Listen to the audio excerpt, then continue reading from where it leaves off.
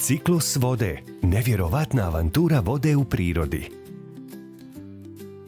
Jeste li znali da se voda uvijek kreće okolo u velikom ciklusu? Istina je, ovaj ciklus se zove ciklus vode i to je kao beskrajna avantura za vodu. Vodeni ciklus počinje kada sunce obasja svoje tople zrake na zemlju. Ova toplina čini da dio vode u rijekama, jezerima i okeanima isparava u zrak. Isparavanje je kada se voda pretvara u nevidljivu paru.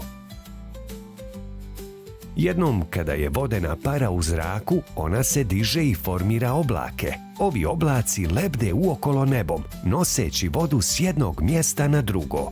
Kada oblaci postanu teški od vode, ispuštaju je kao kišu, snijeg ili grad. Taj se proces naziva taloženje. Kad kiša padne, upije se u zemlju ili otiče u rijeke i potoke.